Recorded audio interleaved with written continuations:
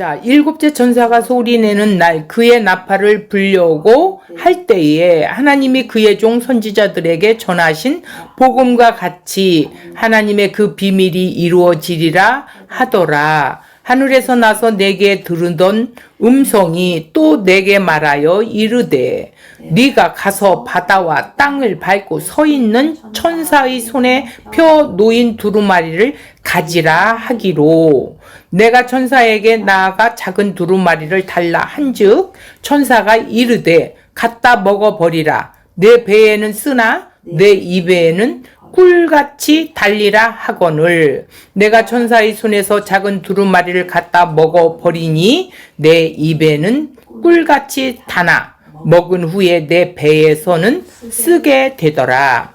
그가 내게 말하기를 네가 많은 백성과 나라와 방언과 임금에게 다시 예언하여 하리라 하더라. 자, 이 말씀을 우리가 좀 잠시 한 절 한 절 짚고 넘어가 보겠습니다. 자, 일곱째 천사가 소리내는 날 그의 나팔을 불려고 할 때 하나님의 그의 종 선지자들에게 전하신 복음과 같이, 이건 뭐냐면 구약 성경과 같이라는 뜻이에요. 자, 하나님의 그 비밀이 이루어지리라 하더라. 이 비밀이 뭐예요? 이 비밀은 크게 보면 예수 그리스도의 비밀이에요. 예수님 자체가 비밀이라는 뜻입니다. 즉 예수님이 이루어놓으신 구원과 심판이 그 속에 들어있지요. 하나님의 종 선지자들에게 구약을 쓴 자들에게 전한 복음과 같다라는 거예요. 그래서 골로새서 2장 26절에 보면 이 비밀은 만대로부터 감춰졌다가 이제 백성들에게만 드러내 보여주었다라는 말씀이에요. 그리고 에베소서 3장 3절을 보면 계시에 감추어져 있던 것이 드러내 보인 것을 말하는 건데 눈과 귀가 열려 보이게 했다라는 것이죠. 그게 뭐냐? 눈과 귀를 열어서 보이게 한 것이 예수 그리스도의 비밀이라는 거예요. 눈과 귀가 열린 자는 그 비밀을 안다라는 거죠. 자, 8절 하늘에서 나서 내게 들리던 음성이 또 내게 말하여 이르되 네가 가서 바다와 땅을 밟고 서 있는 천사의 손에 펴놓인 두루마리를 가지라 하기로. 누구에게 했어요? 요한에게 그랬어요. 요한에게 음성이 들렸는데 뭐라고 말하냐면 네가 가서 바다와 땅을 밟고 서 있는 천사의 손에 펴놓인 그 두루마리를 가서 네가 가지라는 거예요. 자, 9절을 보겠습니다. 요한이 천사에게 나아가 작은 두루마리를 달라 했어요. 그거 내게 주세요 이렇게 했어요. 천사가 이르되 갖다 먹어라 그랬어. 자, 예수 그리스도와 한 몸 된 교회요 성도가 누구냐? 이렇게 먹은 자. 네, 비밀을 먹은 자가 한 교회이고 성도라는 거예요. 그러니까 먹었다라는 것은 뭐냐? 예수 그리스도의 마음과 생각이 하나 되었다라는 뜻입니다. 먹어버린 것은 요한이 증인이 된다라는 거예요. 먹어버렸다라는 거. 먹어버렸어. 이것은 뭐요? 이제는 네가 증인 노릇할 수 있어. 이 소리예요. 그 비밀을 가졌기 때문에 이 비밀을 이제 그 입에서 내놓을 수 있다라는 거지요. 그래서 증인 역할을 하는 거예요. 에스겔서 2장 9절에서 10절은 뭐라고 그랬어요? 내 입에 달기가 꿀 같더라 이랬어요. 먹었다, 믿었다는 뜻입니다. 먹었다, 믿었다는 뜻이고 마음과 생각이 하나 되었다, 일치되었다. 일치된 사람은 증인 노릇을 할 수 있다. 왜? 그 비밀을 알고 있으니까. 비밀이 누구요? 예수님이 행하신 일, 예수 그리스도를 알고 있다라는 거예요. 그분이 무엇을 한 것인지 다 알고 있다라는 거예요. 그래서 입에서 달기도 하고 먹고 나니까 쓰기도 해. 그것은 뭐냐? 예수 그리스도의 말씀이 우리를 고난 속으로 집어 넣는다라는 거예요. 이것이 쓰다는 거예요. 왜? 우리가 이 비밀을 가진 자는 심판에 대해서, 구원에 대해서 선포를 해야 할 거 아니야. 심판할 것이라고 선포하니까 좋아할 사람들이 어디 있어? 결국은 말씀이 우리를 고난 가운데 이렇게 하는 것이 아니라 그 말씀 자체가 우리를 이끌어가는 거예요. 성령이 오셔서 우리의 삶을 이끌어가기 때문에 내가 그 고난 속에서도 기뻐할 수 있다라는 거예요. 결론은. 자, 10절을 보겠습니다. 내가 천사의 손에 작은 두루마리를 갖다 먹어버리니, 이제 하나님과 일치되었다라는 거예요. 그리고 내 입에서 꿀같이 다나 먹은 후에 내 배에서 쓰게 되더라. 이게 지금 계속 반복되는 내용이에요. 그것은 뭐냐? 복음으로 이끌려 가게 되고 이제 하나님 말씀을 받아 먹은 자들도 같이 이제 고백이 일어나는데, 하나님 말씀 곧 복음을 받아 먹은 일은 단맛과 쓴맛이 동시에 느껴진다라는 거예요. 11절, 그가 내게 말하기를 네가 많은 백성과 나라와 방언과 임금에게 다시 예언하여야 하리라 하더라. 이건 뭐예요? 그러니까 각 나라에 이 복음을 전하여야 하리라, 이런 말이겠지요. 자, 그러면 좀 쉽게 더 나아가기 위해서 원고로 가봅시다. 자, 6번째 나팔과 7째 나팔 사이에 막간계시라고 했었지요. 7 우레의 소리가 말한 것은 임봉하고 기록하지 말라는 말을 요한에게 들려줬었어요. 그런데 그 봉인진 내용이 언제 열린다고 그랬어요? 7째 천사가 나팔을 불 때 열린다고 돼 있어요. 7째 나팔은 이미 십자가로 열어졌어요. 그 내용은 세상 나라가 우리 주와 그리스도의 나라가 되어 그가 세세토록 왕 노릇을 하는 것이라고 내용이 기록되어 있어요. 이 내용이 구약에 예언되어 있고 십자가로 이루어졌습니다. 이 내용을 전하는 것이 즉 복음을 전하는 것이다. 이렇게 보면 됩니다. 자, 7절을 다시 한번 볼게요. 7째 천사가 소리 내는 날 그의 나팔을 불려고 할 때 하나님이 그의 종 선지자들에게 전하신 복음과 같이 하나님의 그 비밀이 이루어지리라 하더라, 이랬어요. 자, 그 나팔을 불려고 할 때란, 이때는 나팔을 부는 상태가 아니죠. 불려고 할 때라고 했으니까 불게 되는 상황으로 아직 나팔은 불지 않은 상태를 말하고 있지요. 7째 천사가 나팔을 불 때는 11장 15절에 이제 불게 돼요. 그때 이루어지는데 아직 우리가 이제 그쪽으로 나가지 않았어요. 하나님의 그 비밀이란 뭐라고 그랬어요? 예수 그리스도예요. 자, 하나님 나라가 비밀이고 그 왕국이 어디예요? 예수 그리스도예요. 7 우레가 바라던 같은 말씀으로 주어진 것은 영원이라는 것입니다. 그종 선지자에게 전하신 복음과 같이 이루어지리라, 이렇게 7절에 나온 말씀은 하나님의 구속사역과 심판을 성취시키는 종말에 관한 하나님의 비밀은 선지자에게 전하신 복음과 동일시하다는 거예요. 선지자들의 구약 시대뿐만 아니라 신약 시대에 있었던 모든 하나님의 사람들을 가리키는 것으로 그들을 통해 시대를 초월하여 일관되게 종말을 포함한 하나님의 구속과 심판의 메시지를 선포하였지요. 이 메시지가 즉 복음, 하나님의 말씀 복음이에요. 하나님은 종말의 때 이 복음을 성취하실 것이라고 했는데, 성취하실 것이라 했는데 성취했나요? 아직 안 했나요? 이미 십자가에서 성취하셨지요. 천사가 나팔을 분다는 것은 경고를 의미한다고 했습니다. 무엇을 경고하는 것입니까? 하나님의 비밀이 종 선지자들에게 전하신 복음과 같이 이루신다는 것을 경고하고 있어요. 선지자의 모든 말씀이 그대로 이루어진다는 것입니다.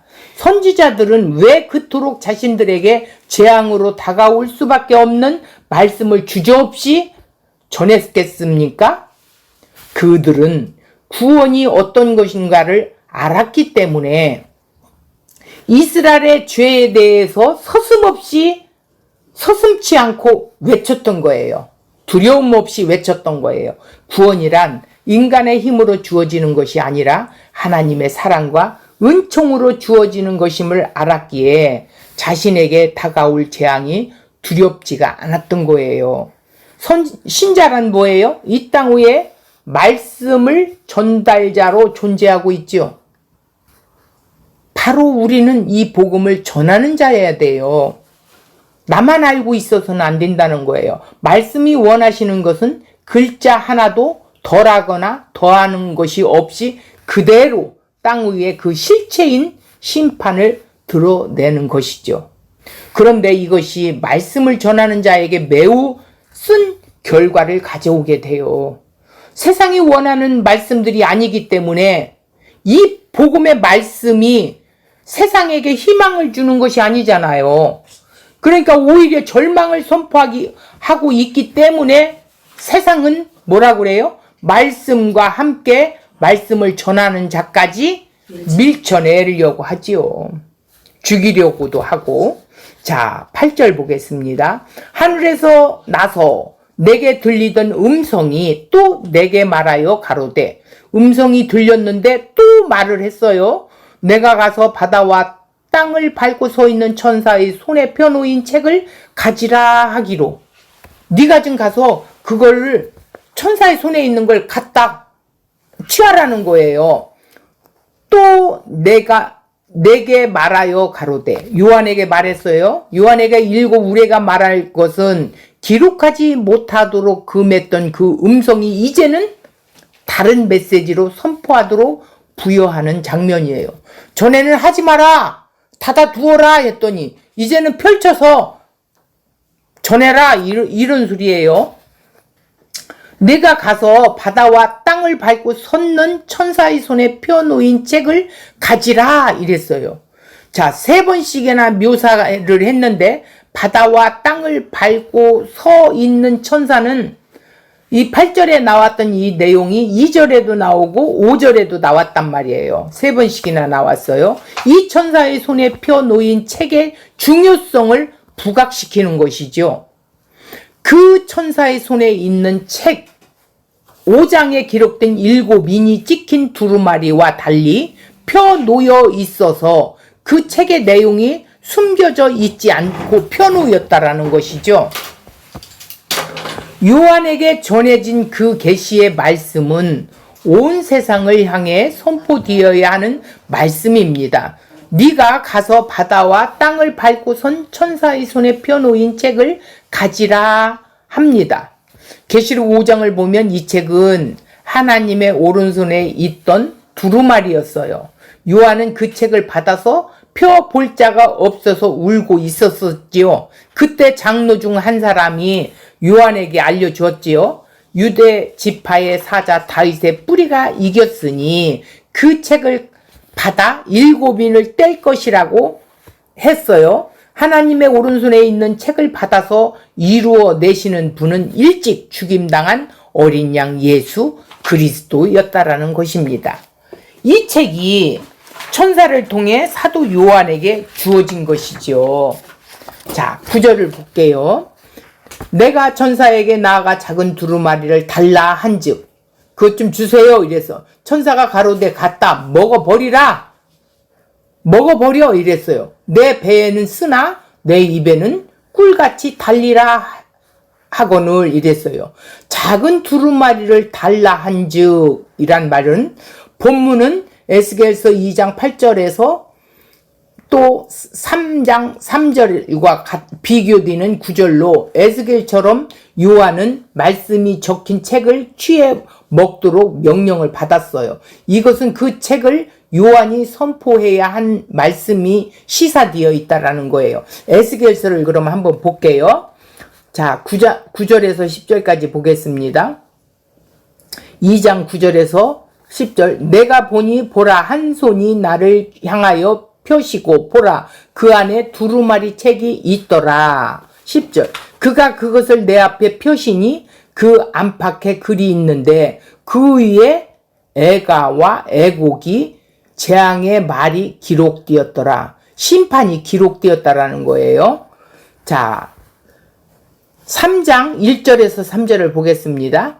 또 그가 내게 이르되 인자야, 너는 발견한 것을 먹으라. 너는 이 두루마리를 먹고 가서 이스라엘 족속에게 말하라 하시기로.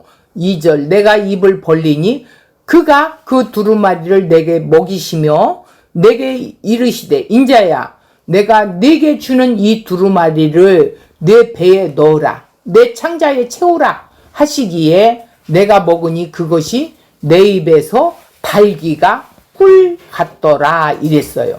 에스겔이 두루마리를 먹었다는 것은 말씀을 전해야 하는 운명이어서 벗어날 수 없다라는 의미였어요.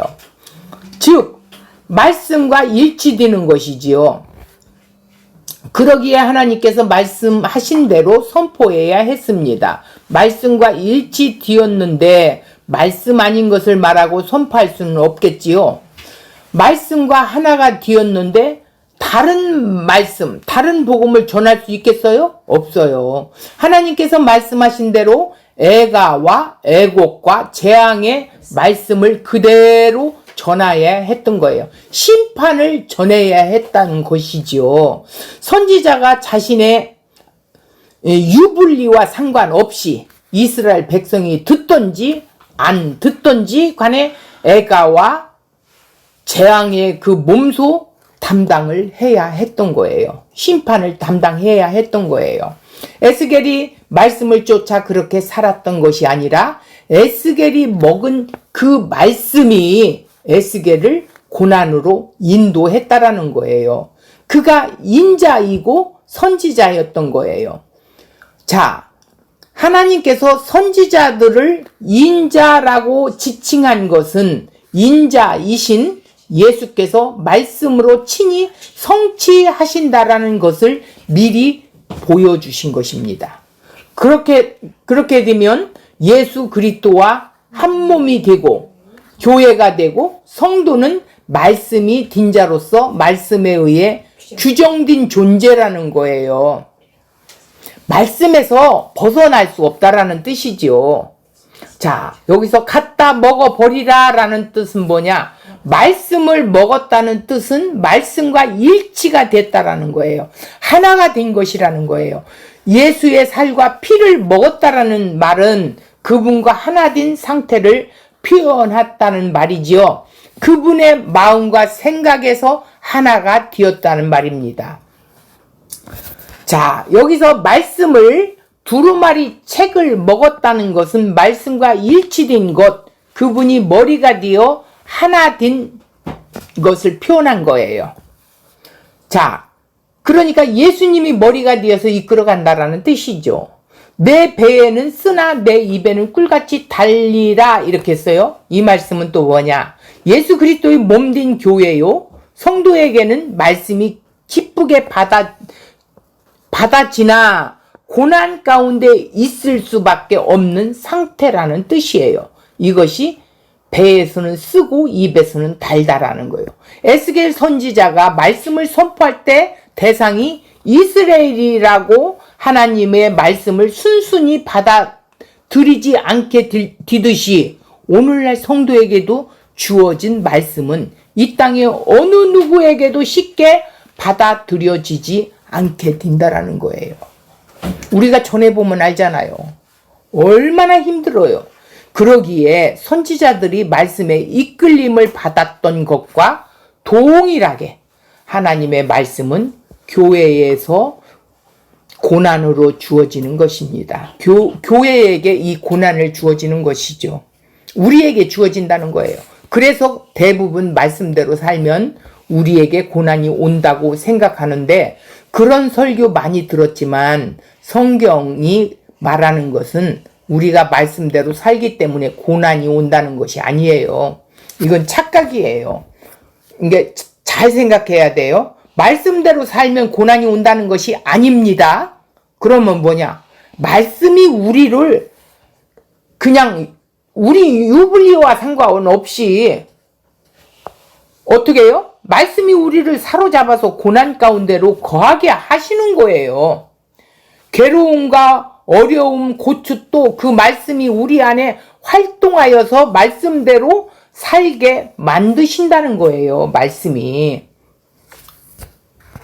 그러니까 내가 말씀대로 살면 고난이 오는 것이 아니라고 했습니다. 말씀이 우리를 고난 가운데 그냥 두시는 거예요.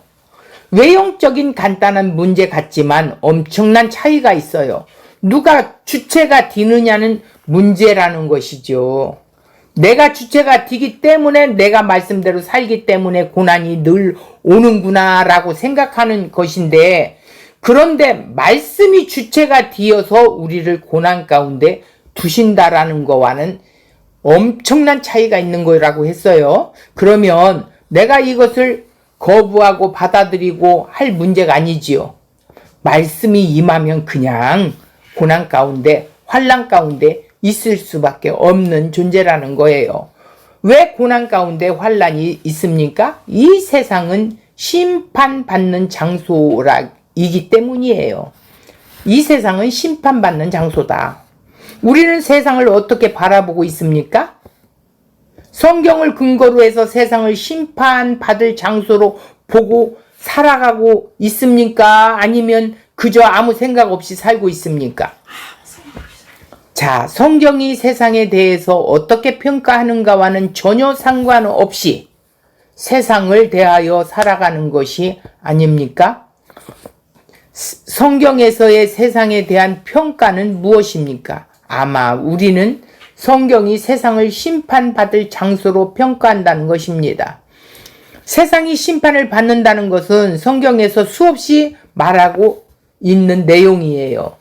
그렇다면 우리가 성경을 하나님의 말씀으로 인정한다면 천국이 있고 지옥이 있다는 것을 인정하고, 하나님은 분명히 그 말씀대로 다 이루실 것이라는 것도 인정하고 살면 우리에게도 세상에 대한 평가는 성경 그대로 심판받는 장소여야 하겠지요. 세상이.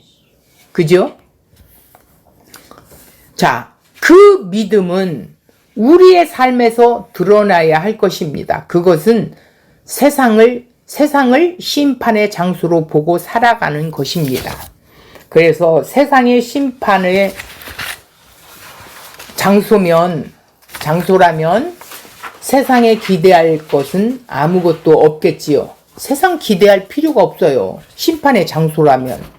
아무리 인간들이 서로 지혜와 힘을 합하여 바벨탑을 쌓아간다고 해도 결국 어떻게 해요? 무너질 것이지요.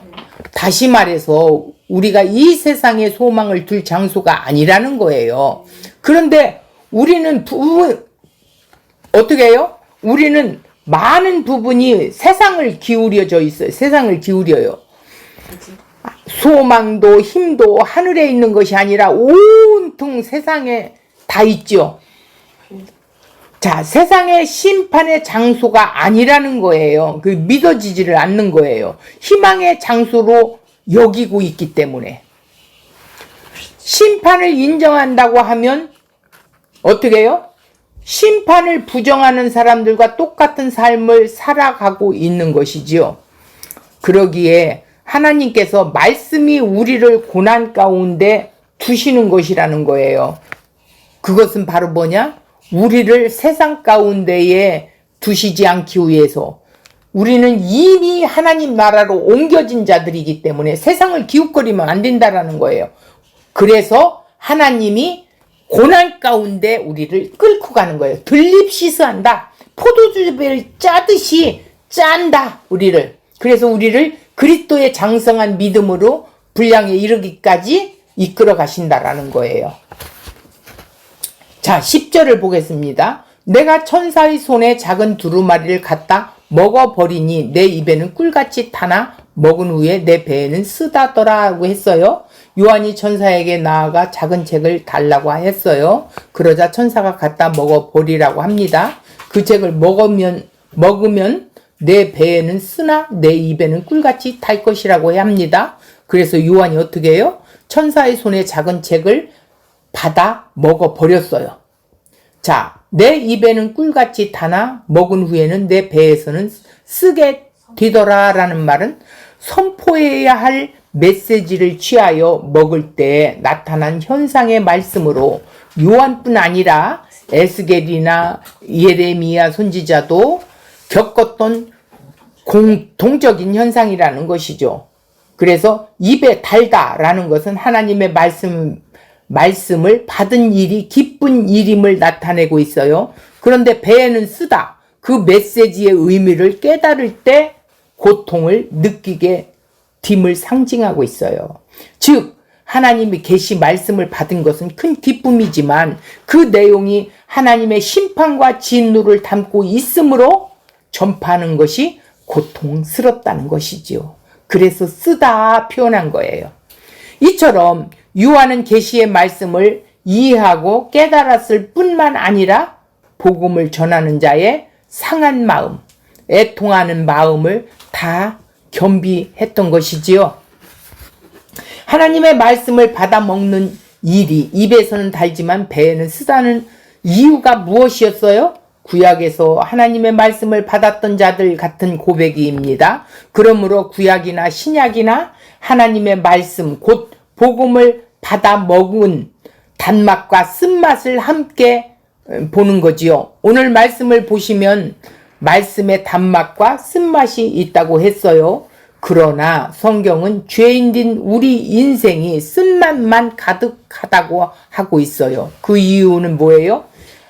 하나님을 떠난 인생이 하나님 진노 중에 신속하게 날아가기 때문이지요. 인생이 70이고 강건하면 80인데 그 일생이 수고하고 슬픔뿐이라고 시편 90편에 말씀하고 있어요. 그러나 이런 인생살이에 단맛이 있다고 합니다. 그 단맛은 무엇일까요? 시편의 19편 10절 금 곧 많은 정금보다 더 사모할 것이며 꿀과 송이꿀보다 더 달도다. 말씀을 보고 말하는 거예요. 시편 19편을 보면 하나님의 영광을 선포하고 있어요. 하늘의 하나님의 영광을 선포하고 있는 것이죠. 그리고 언어가 없고 들리는 소리도 없으나 하나님의 말씀이 낮과 밤으로 전달되어 세계 끝까지 이른다고 하고 있어요. 이 말씀이 영혼을 소생케 하고 여호와의 증거하는 뭐예요? 여호와의 증거는 확실하며 우둔한 자에게는 지혜롭게 하며 마음을 기쁘게 하며 그 계명은 순결하여 눈을 밝게 한다고 이렇게 했어요.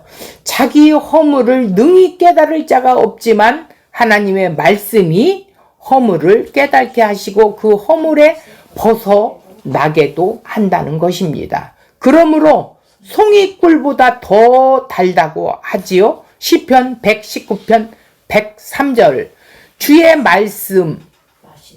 말씀의 맛이 내게 어찌 그리 단지요 내 입에 꿀보다 더 하나이다.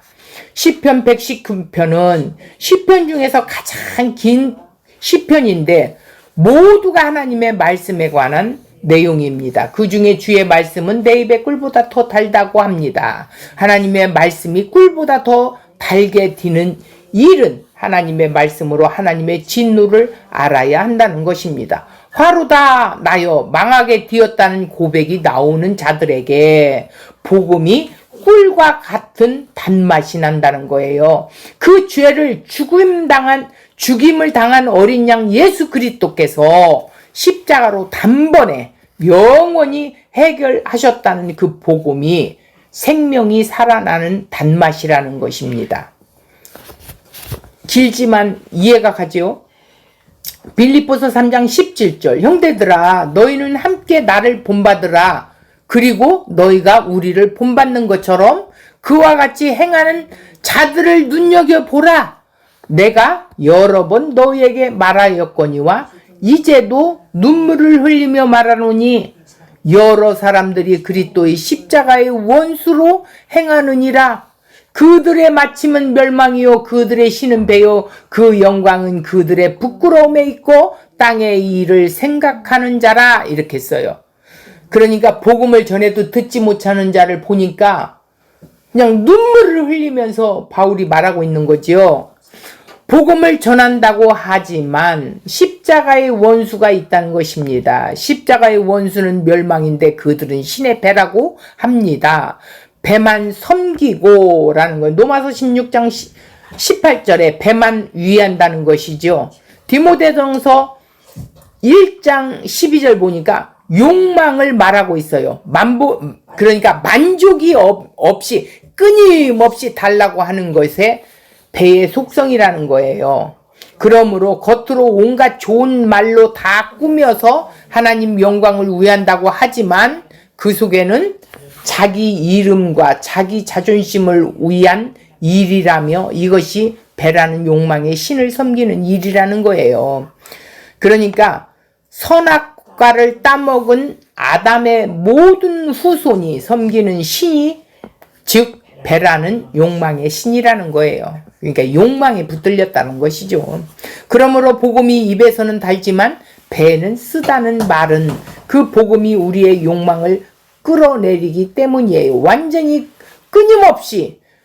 끊임없는 것은 죽음이지만 성도는 미리 끊어지는 경험을 한다라는 거예요. 성도는 미리 끊어지는 경험을 한다는 거예요. 자, 11절 보겠어요. 저가 내게 말하기를 내가 많은 백성과 나라와 방언과 임금에게 다시 예언하여야 하리라 하더라 라는 것은 구약의 선지자들도 복음을 전했지요. 그 복음의 완성은 십자가인데 이제 다시 이 완성된 십자가의 복음을 많은 백성과 나라와 방언과 임금에게 전하여야 합니다. 이 과정도 과정이 같이 겸해져 있어요. 이 복음이 다 증거되어야 하는 이유는 주님의 말씀이기 때문이에요. 마태복음 28장 19절 그러므로 너희는 가서 모든 족속을 제자를 삼아 아버지와 아들과 성령의 이름으로 세례를 베풀고 내가 너희에게 분부한 모든 것들을 가르쳐 지키게 하라. 볼지어다 내가 세상 끝날까지 너희와 항상 함께 있으리라 하시니라. 예수님은 십자가 이전에 이스라엘의 잃어버린 자를 찾아오셨어요. 마태복음 10장 5절에서 6절 그런데 십자가로 구약을 완성하시고 부활하신 후에 제자들에게 모든 민족을 말씀하고 있어요. 사도행전 1장 8절도 그렇죠? 오직 성령이 너희에게 임하면 너희가 권능을 받고 예루살렘과 온 유대와 사마리아 땅 끝까지 이르러 내 증인이 되리라 하시니라 이렇게 했어요. 십자가가 이전에는 이스라엘의 잃어버린 자들에게 가라고 하셨지만 그런데 그 십자가로 이스라엘의 구원과 심판이 이루어졌습니다. 물론 지금도 혈통적 이스라엘이 있지만 이들도 회개하고 예수님을 믿어야만 구원을 받는다라는 것입니다. 그러므로 복음은 예루살렘과 유대에 먼저 증거되고 사마리아와 땅끝까지 증거되는 것이라는 것입니다. 그 복음이 증거되고 받아들이는 과정들도 고난의 필수 코스예요. 그래서 복음이 입에서는 달지만 그 배에는 쓰다는 말씀은 복음이 우리의 욕망을 끌어내리는 능력이기 때문인 것입니다. 그러나 배에 쓴 그 복음이 우리의 영원한 생명의 복음임을 믿는 자들은 주님 다시 오실 때 낮은 몸이 그 영광의 몸의 형체와 같이 바뀌어 주신다는 말씀을 믿을 뿐 아니라 전하면서 그날을 기다린다는 것이죠. 많은 백성과 나라와 방언과 임금에게 이것은 바다와 땅 밝고 천사에 의해 전해지고 요한의 증거를 통하여 선포될 예언의 말씀으로 종말의 십자가에 대한 계시이며 그 예언의 대상이 이스라엘만이 아니라 어떻게 해요? 온 세상에 국한되어 있다는 거예요. 예언이란 그냥 말씀이라는 거예요. 예언, 말씀이에요. 구약엔 예언, 지금은 말씀이신 예수님이 이 예언을 성취하셨어요. 요한 사도에게 사명이 주어져 있다고 생각한 문제가 아닙니다. 사명이 주어져 있는 것이 아니라 요한을 통해 하나님의 말씀이 이루실 것을 이루기까지 이 땅에 두실 것이라는 의미입니다. 사명과 성경의 언약은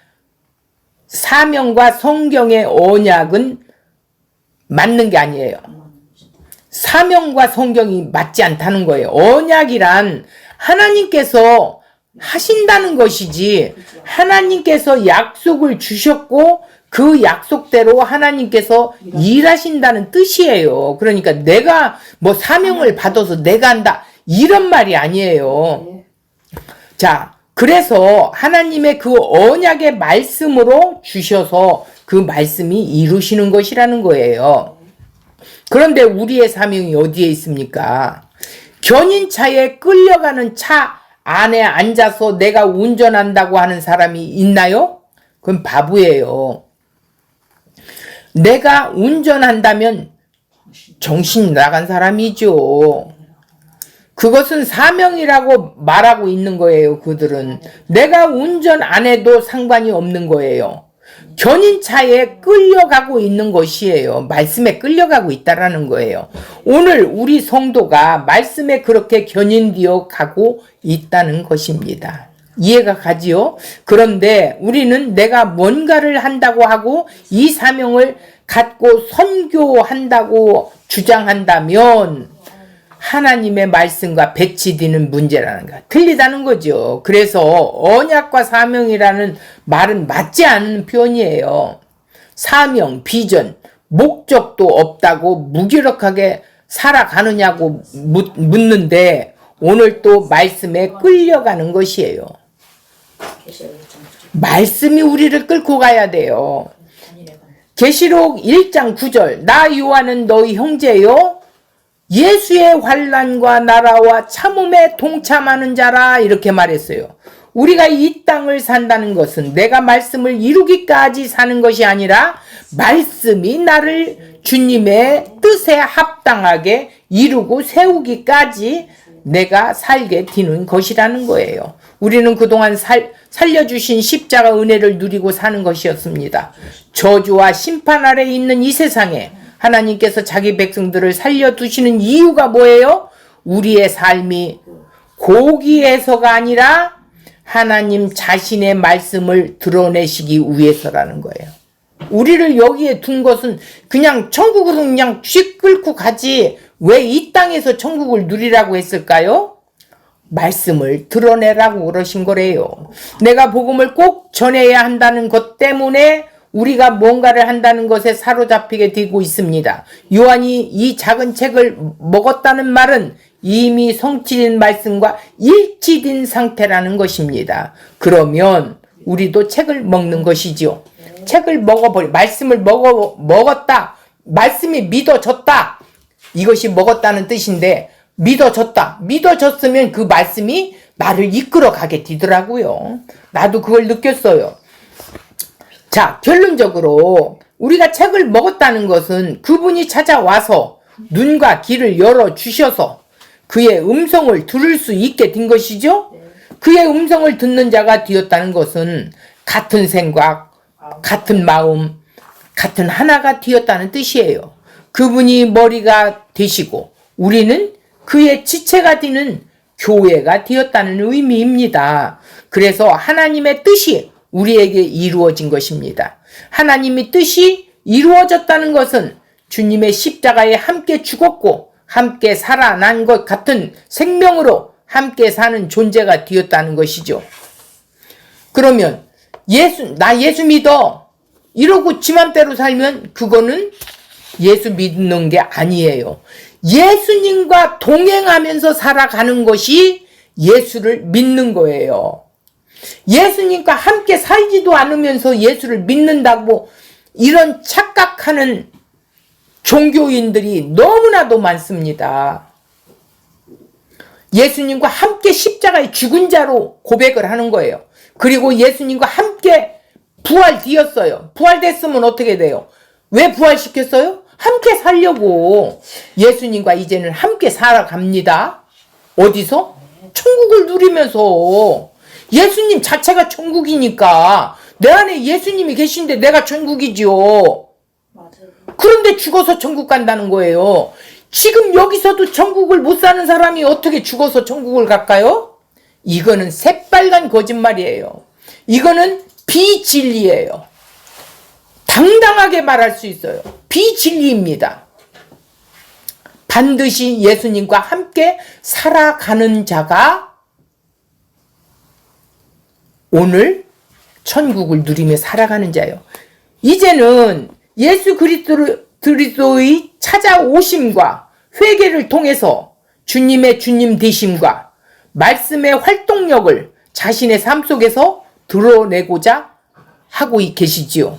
신자란 바로 자신이 하나님 나라를 경험한 것이 있어야 그것을 진리로 믿고 따라가고 그것을 오늘 선포하며 증인 노릇을 할 수 있다는 것입니다.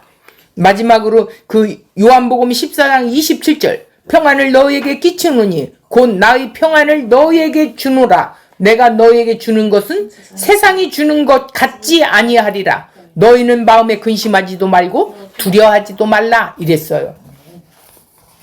세상 것에 두려워하거나 염려하거나 하지 마세요. 하나님이 우리에게 평강을 주시고 기쁨을 주신 것은 이미 우리가 천국을 누리며 오늘 또 나의 그 친언니하고 이렇게 전화를 하는데 믿음으로 살으니까 아무것도 두려울 게 없고 부러울 게 없다는 거예요. 그게 바로 믿음의 고백이에요. 우리도 이런 고백을 하면서 이런 예수 그리스도의 증인 노릇을 해야 된다라는 거예요. 자, 오늘 이 말씀을 다시 한번 한 주간 동안 좀 곱씹으면서 정말 증인 노릇도 하고 승리하는 기쁨과 감격을 누리며 살아가는 삶을 함께 삽시다.